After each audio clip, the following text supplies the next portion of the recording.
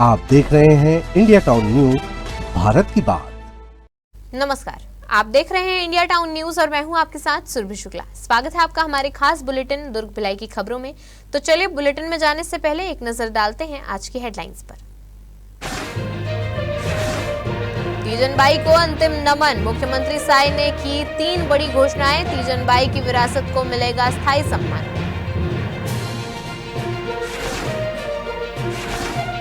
सुपेला में चला बुलडोजर, अतिक्रमण पर निगम का एक्शन, परदेशी चौक हुआ साफ।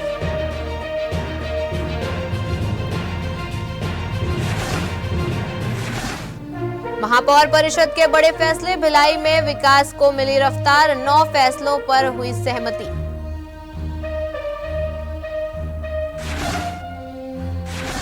झाड़ू के हाथों को मिला सम्मान, नमस्ते दिवस पर स्वच्छता दीदियों के लिए सुरक्षा किट, स्वास्थ्य परीक्षण कर दिया सेहत का संदेश। मोटरसाइकिल चोरी की वारदातों को अंजाम देकर अलग अलग जिलों में घूम रहे अंतर जिला चोर को जामुल पुलिस ने गिरफ्तार कर लिया है। आरोपी की गिरफ्तारी के बाद भिलाई, बिलासपुर और रायपुर की 3 बाइक चोरी की घटनाओं का खुलासा हुआ है। मामला जामुल थाना क्षेत्र का है, जहां प्रार्थी युगल पटेल ने शिकायत दर्ज कराई थी कि उसका भाई कुणाल पटेल मोटरसाइकिल से कैलाश नगर सामान खरीदने गया था। सामान लेकर लौटने पर उसकी बाइक गायब मिली। शिकायत के आधार पर पुलिस ने मामला दर्ज कर जांच शुरू की। जांच के दौरान पुलिस को तकनीकी साक्ष्यों और मुखबिर से मिली जानकारी के आधार पर रायगढ़ के चक्रधर नगर क्षेत्र से संदेही आनंदी मंडल को हिरासत में लिया गया। आपको बता दें कि पूछताछ में आरोपी ने कैलाश नगर भिलाई से बाइक चोरी करना स्वीकार किया। इसके साथ ही उसने करीब 2 साल पहले बिलासपुर से होंडा साइन और हाल ही में रायपुर क्षेत्र से केटीएम बाइक चोरी करने की बात भी कबूली है। इसके साथ ही आरोपी की निशानदेही पर पुलिस ने चोरी की गई 3 मोटरसाइकिलें बरामद कर ली है। मामले में आरोपी को गिरफ्तार कर न्यायालय में पेश किया गया, जहां से उसे न्यायिक रिमांड पर भेज दिया गया है। फिलहाल पुलिस अब आरोपी के अन्य आपराधिक रिकॉर्ड और संभावित साथियों की जानकारी जुटा रही है।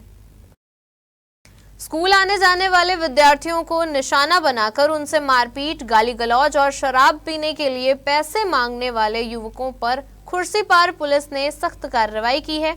मामले में 2 आरोपियों को गिरफ्तार कर जेल भेज दिया गया है, जबकि 2 अपचारी बालकों के खिलाफ किशोर न्याय अधिनियम के तहत अलग से वैधानिक कार्रवाई की जा रही है।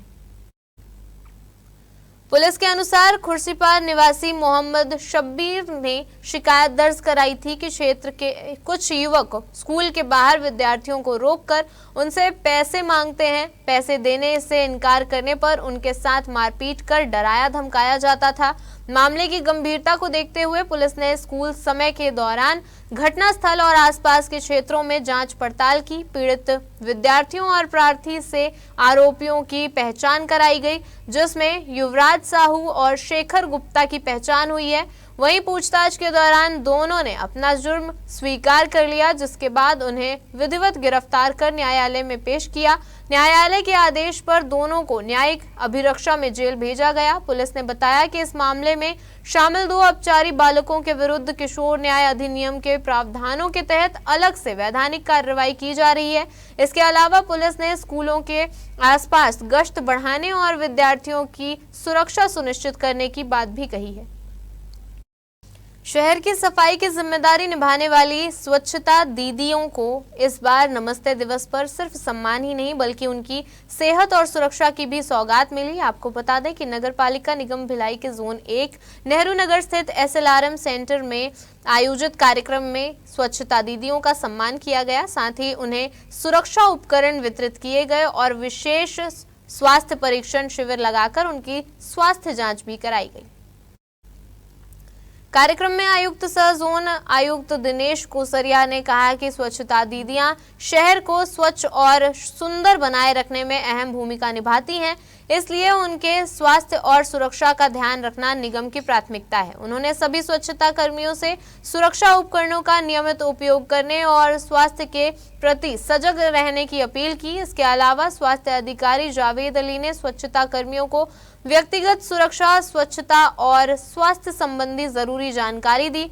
वहीं जोन स्वास्थ्य अधिकारी अंकित सक्सेना ने सुरक्षा उपकरणों के सही उपयोग और नियमित स्वास्थ्य परीक्षण के महत्व पर विस्तार से जानकारी साझा की। कार्यक्रम में PIU अभिनव ठोकने, शुभम पाटनी, APM सहित निगम के अधिकारी एवं कर्मचारी मौजूद रहे। सभी ने स्वच्छता दीदियों के योगदान की सराहना करते हुए उनके लिए सुरक्षित और स्वस्थ कार्य वातावरण उपलब्ध कराने की निगम की प्रतिबद्धता दोहराई। पंडवानी की अमर आवाज अब सिर्फ यादों में नहीं बल्कि आने वाली पीढ़ियों की प्रेरणा भी बनेगी। आपको बता दें कि पद्म विभूषण डॉक्टर तीजन बाई की श्रद्धांजलि सभा में मुख्यमंत्री विष्णुदेव साय ने उनकी स्मृति को चिरस्थायी बनाने के लिए 3 घोषणाएं की हैं।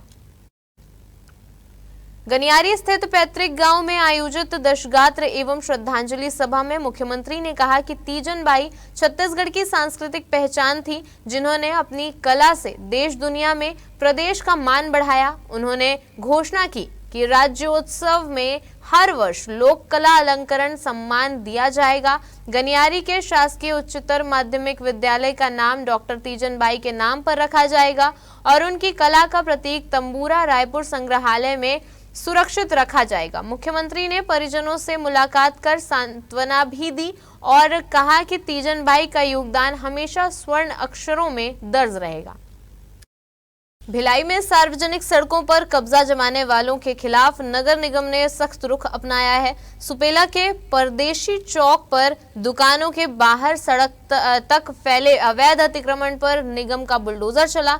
JCB की मदद से सड़क पर रखे सामान और अवैध निर्माण हटाकर मार्ग को पूरी तरह साफ कराया गया। निगम का कहना है कि यह कार्रवाई शहर में सुगम यातायात और आम लोगों की सुविधा को ध्यान में रखते हुए की गई है। दरअसल नगर निगम को लगातार शिकायतें मिल रही थी कि कई व्यापारियों ने दुकानों के सामने सड़क तक सामान फैलाकर सार्वजनिक मार्ग पर कब्जा कर लिया है। इससे सड़क संकरी हो गई थी और राहगीरों के साथ साथ वाहन चालकों को भी रोजाना जाम और परेशानी का सामना करना पड़ रहा था। शिकायतों के बाद निगम की संयुक्त टीम मौके पर पहुंची और JCB से अतिक्रमण हटाने की कार्रवाई शुरू की। अभियान के दौरान पुलिस बल की मौजूदगी में पूरी कार्रवाई शांतिपूर्ण तरीके से संपन्न हुई। निगम अधिकारियों ने स्पष्ट चेतावनी दी है कि सड़क और फुटपाथ पर किसी भी तरह का अवैध कब्जा अब बर्दाश्त नहीं किया जाएगा। आपको बता दें कि आने वाले दिनों में शहर के अन्य इलाकों में भी इसी तरह का अभियान चलाकर अतिक्रमण हटाया जाएगा ताकि यातायात व्यवस्था सुचारू बनी रहे और नागरिकों को राहत मिल सके। भिलाई नगर निगम की महापौर परिषद की बैठक में शहर के विकास और नागरिक सुविधाओं को लेकर कई बड़े फैसले लिए गए। बैठक में 14 विषयों पर चर्चा के बाद 9 महत्वपूर्ण प्रस्तावों को मंजूरी दी गई। इनमें से स्ट्रीट लाइट व्यवस्था, सीवरेज, कैनाल रोड के चौराहों का नामकरण, मंगल भवन के सौंदर्यीकरण और निगम संपत्तियों की सुरक्षा जैसे अहम फैसले शामिल हैं। महापौर नीरज पाल की अध्यक्षता और निगम आयुक्त सुरुचि सिंह की मौजूदगी में हुई बैठक में निगम संपत्तियों की सुरक्षा के लिए सुरक्षा गार्ड व्यवस्था के 2 माह के भुगतान को स्वीकृति दी गई। साथ ही कैनाल रोड के तिराहों और चौराहों के नामकरण के प्रस्ताव पर भी मुहर लगाई गई। डोर टू डोर टैक्स वसूली के लिए बनाए गए काउंटरों के किराया निर्धारण और आंगनबाड़ी कार्यकर्ता एवं सहायिकाओं की अंतिम योग्यता सूची को भी मंजूरी दी गई। बैठक में वार्ड 69 और 70 की सीवरेज लाइन परियोजना के लिए अनुभवी सिविल एजेंसियों को शामिल करने का निर्णय भी लिया गया। वहीं लीज नवीनीकरण वाले मामलों में 30 सितंबर 2026 तक भवन अनुज्ञा लेना अनिवार्य किया गया है। आपको बता दें कि निर्धारित समय में अनुमति लेने वाले भूस्वामियों को 2 वर्ष की निर्माण अवधि का लाभ मिलेगा। शहर की बुनियादी सुविधाओं को मजबूत करने के लिए स्ट्रीट लाइटों के संचालन और रखरखाव का कार्य जोनवार नई निविदा के जरिए कराने का फैसला भी लिया गया। इसके अलावा वार्ड 70 के नवनिर्मित मंगल भवन के आसपास गार्डन सौंदर्यीकरण और पार्किंग निर्माण कार्य के लिए भी पुनः निविदा जारी करने का निर्णय लिया गया। खुर्सीपार स्थित पूर्व निर्मित स्टेडियम और दुकानों से जुड़े मामलों को सलाहकार समिति के समक्ष रखने पर भी सहमति बनी। हमारे खास बुलेटिन दुर्ग भिलाई की खबरों में फिलहाल इतना ही। अब मुझे दीजिए इजाजत और आप देखते रहिए इंडिया टाउन न्यूज, भारत की बात। नमस्कार। आप देख रहे हैं इंडिया टाउन न्यूज, भारत की बात।